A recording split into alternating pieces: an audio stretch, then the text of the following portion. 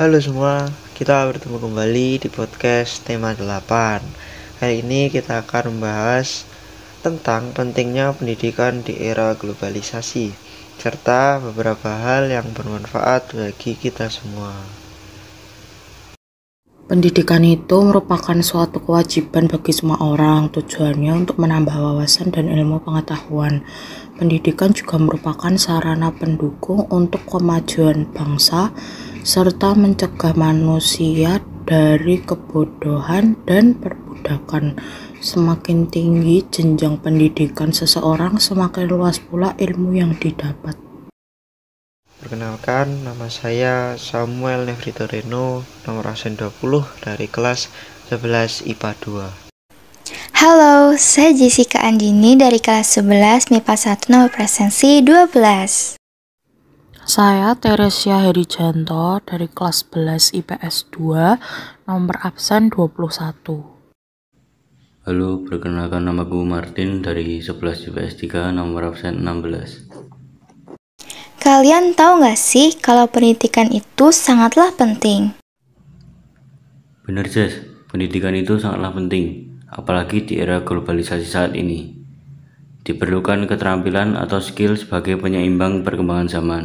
Seperti yang kita ketahui, saat ini semakin lama perkembangan dunia akan semakin luas dan tambah modern karena munculnya inovasi-inovasi baru serta sumber daya yang profesional. Oleh karena itu, sebagai umat manusia, kita harus beradaptasi dengan kemajuan ini agar tidak ketinggalan zaman.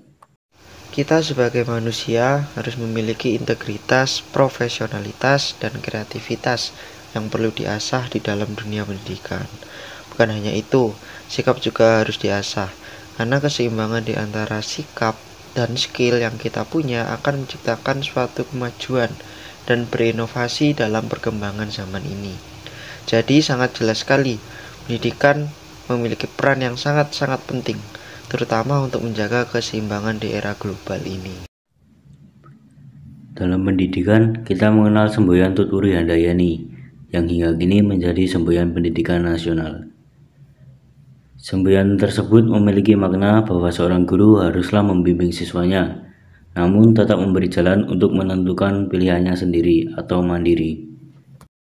Itu semboyan yang diajarkan oleh Ki Hajar Dewantara kan, Tin? Iya, Rey. Ki Hajar Dewantara kita kenal sebagai Bapak Pendidikan Indonesia.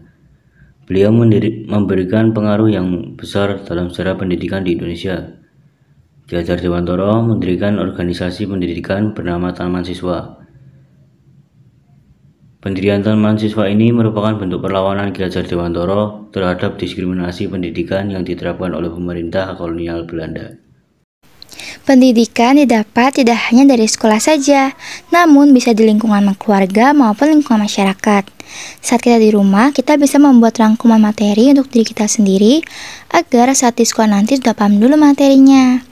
Nah, dalam membuat rangkuman materi, kita dapat memanfaatkan teknologi saat ini. Kita bisa menggunakan Sway, PPT, Canva, dan lain sebagainya. Aku mau ngasih tahu cara nih, membuat rangkuman materi berupa PPT di Canva. First, open the Canva application that you have downloaded from the Play Store on your smartphone. Second, browse presentation layouts. Third, make your design as creative as possible. Lots of very good design motif. 4. Enter the material you want, picture, and so on. 5. Give an attractive slideshow. Ya guys, aku kemarin udah coba buat rangkuman materi loh. Nah, aku buat rangkuman materi kimia titrasi asam basa. Pasti kalian suka penasaran kan sama kadar asam cuka? Nah, kita dapat menentukan kadar asam cuka yaitu dengan metode titrasi asam basa. Metode ini merupakan cara analisis yang memungkinkan untuk mengukur jumlah pasti, konsentrasi, atau molaritas atau kadar suatu larutan dengan mereaksikannya dengan larutan lain yang telah diketahui konsentrasinya. Jadi kegunaan dari titrasi asam basa yaitu kita dapat mengetahui konsentrasi suatu larutan yang belum diketahui konsentrasinya. Tujuan melakukan titrasi asam basa adalah untuk menentukan konsentrasi suatu larutan asam atau basa dengan menggunakan titrasi asam basa berdasarkan titik ekuivalen dan titik akhir titrasi.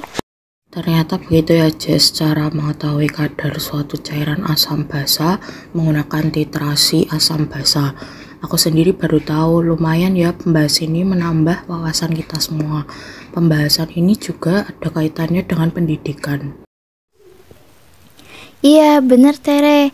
Pendidikan itu bisa kita dapatkan dari mana saja, karena pendidikan merupakan sarana penting untuk menambah dan meningkatkan ilmu pengetahuan kita serta wawasan kita. Teknologi yang berkembang di zaman ini juga bisa membantu kita belajar beragam bahasa dan aksara loh. Saat ini aku juga sedang mempelajari aksara Jawa loh, tapi aku masih bingung. Bingung kenapa, Jess? Gini Rek, kalau kita nulis nama kan biasanya ada diawali dengan huruf kapitalnya nih. Nah, dalam aksara Jawa itu ada nggak sih huruf kapitalnya? Ada dong, Jess. Namanya itu aksara murda. Jadi, aksara murda adalah huruf khusus yang ada di dalam aksara Jawa yang berfungsi layaknya huruf kapital pada bahasa Indonesia. Dalam aksara Jawa, tak semua huruf memiliki aksara murda, melainkan hanya huruf tertentu yakni na, ka, ta, sa, pa, nya, ga, dan ba. Kalau seperti itu, tidak semua kata bisa diawali dengan huruf kapital dong. Bisa dong. Penggunaan aksara murda itu tidak selalu ditempatkan di awal, karena bisa jadi kata yang akan kita tulis huruf awalnya bukanlah aksara murda. Kalau ada masalah seperti itu, kita bisa menempatkan aksara murda di huruf selanjutnya. Contohnya seperti ini. Nah, dalam nama Rahma Basuki itu kita bisa menempatkan aksara murdanya di huruf ba. Paham nggak, Jess? Oh, begitu. Sekarang aku paham. Makasih ya. Oke, Jess. Sekarang ini kan pandemi sudah mulai berakhir. Walaupun begitu, kita harus tetap menjaga sistem imun dalam tubuh kita agar terhindar dari suatu penyakit. Kalian tahu nggak sih peran sistem imun dalam tubuh manusia? Yaitu menangkal radikal bebas yang dapat menyerang dan menimbulkan berbagai macam penyakit. Nah, kekebalan tubuh atau sistem imun itu ada dua, yaitu spesifik dan non-spesifik. Sistem imun non-spesifik yaitu sistem imun yang sudah ada sejak kita lahir. Sistem imun spesifik yaitu sistem imun yang tubuh kita bentuk setelah terpapar zat asing tertentu. Pertahanan tubuh spesifik merupakan pertahanan tubuh yang berfungsi untuk melawan patogen tertentu dan akan diaktifkan apabila pertahanan tubuh non-spesifik tidak mampu mengatasi infeksi patogen. Dan sistem pertahanan tubuh spesifik yaitu limfosit, di mana dibagi menjadi dua macam, yaitu limfosit T dan limfosit B. Limfosit B berfungsi untuk memproduksi antibodi guna menyerang bakteri, virus, dan racun. Sementara sel T bekerja dengan menyerang sel tubuh yang sudah terpapar virus atau sel kanker. Pertahanan tubuh non-spesifik merupakan respon pertama terhadap patogen yang masuk ke dalam tubuh. Pertahanan tubuh non-spesifik berfungsi juga untuk melawan berbagai jenis infeksi yang umum terjadi tanpa melibatkan adanya proses seleksi dan memori terhadap jenis patogen tertentu. Betul itu Sam. Selain itu, kita juga harus melakukan imunisasi. Peran imunisasi pada proses fisiologis tubuh manusia yaitu untuk melindungi diri dari berbagai penyakit yang berbahaya atau berisiko menyebabkan kematian. Imunisasi juga bisa menjadi cara untuk membentuk kekebalan kelompok atau herd immunity. Imunisasi adalah suatu proses untuk meningkatkan sistem kekebalan tubuh dengan cara memasukkan vaksin, yakni virus atau bakteri yang sudah dilemahkan, dibunuh, atau bagian-bagian dari bakteri atau virus tersebut telah dimodifikasi. Bahas virus kayak gini jadi keinget virus HIV. Orang yang kena virus HIV itu mudah banget tertular penyakit karena imun tubuh yang selalu rendah.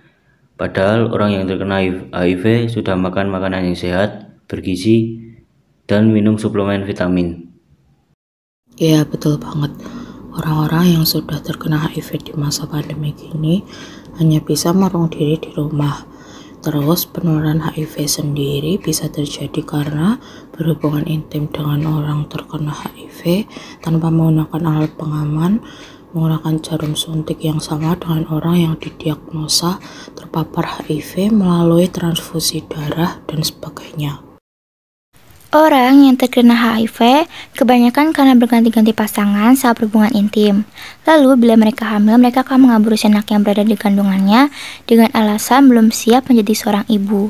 Padahal gereja Katolik secara tegas menolak tindak aborsi karena manusia merupakan hasil ciptaan Allah menurut gambar dan rupanya.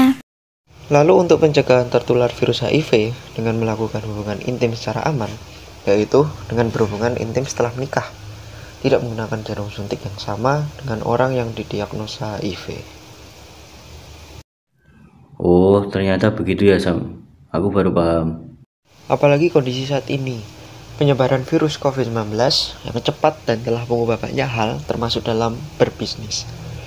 Bisnis pun perlu beradaptasi dan mengubah strategi, seperti penggunaan media sosial menjadi semakin aktif, karena media sosial adalah satu cara untuk tetap berhubung dengan banyak orang tanpa harus meninggalkan rumah. Dan juga pastikan sebuah brand itu mudah ditemukan di media sosial, bahkan di halaman-halaman utama mesin pencarian online. Juga usahakan agar sebuah brand lebih unggul dari pesaing-pesaing yang lain, baik dari segi kampanye, media sosial, ataupun online presence. Dan juga yang paling penting, jangan lupa beri penawaran-penawaran khusus dan menarik, seperti diskon atau buy one get one. Wah, ternyata sampai sebegitunya ya dampak virus COVID-19 dalam dunia bisnis, dan orang-orang mau nggak mau harus pintar-pintar dalam membuat strategi promosi agar bisnisnya tetap berjalan dan lancar.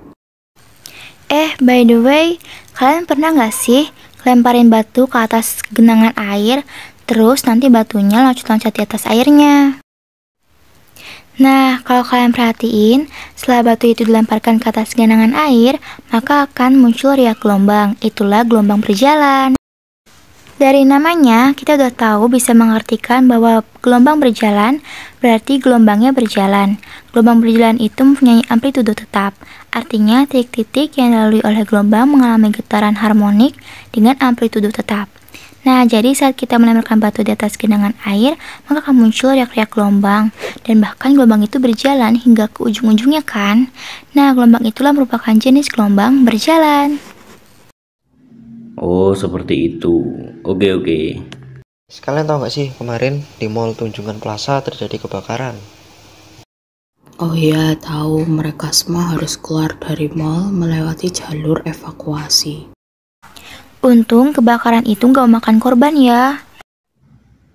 Ya, betul banget. Mereka tahu ada kebakaran juga karena fire detector berbunyi.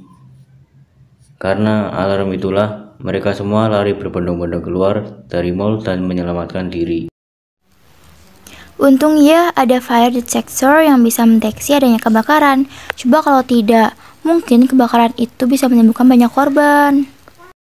Ya benar, setelah kejadian ini mungkin kita harus memahami teknik-teknik memadamkan api yang awal mulanya masih kecil, seperti menggunakan alat pemadam api ringan, kain basah, dan sebagainya. Terus cara menangani prosedur evakuasi keadaan darurat kebakaran, yaitu yang pertama, kita harus tetap tenang dan jangan panik. Dan yang kedua, segera menuju tangga darurat yang terdekat dengan berjalan biasa dengan cepat, namun tidak berlari. Ketiga, lepaskan sepatu hak tinggi karena menyulitkan dalam langkah kaki. Dan yang terakhir, janganlah membawa barang yang lebih besar dari tas kantor atau tas tangan. Wah, ternyata penting banget ya pendidikan di era globalisasi ini. Nah, terima kasih semuanya sudah menambah dan menenangkan. Oke teman-teman, biar gak kelamaan cukup sampai di sini saja ya podcast kali ini. Semoga menambah wawasan kita semua. See you, bye-bye.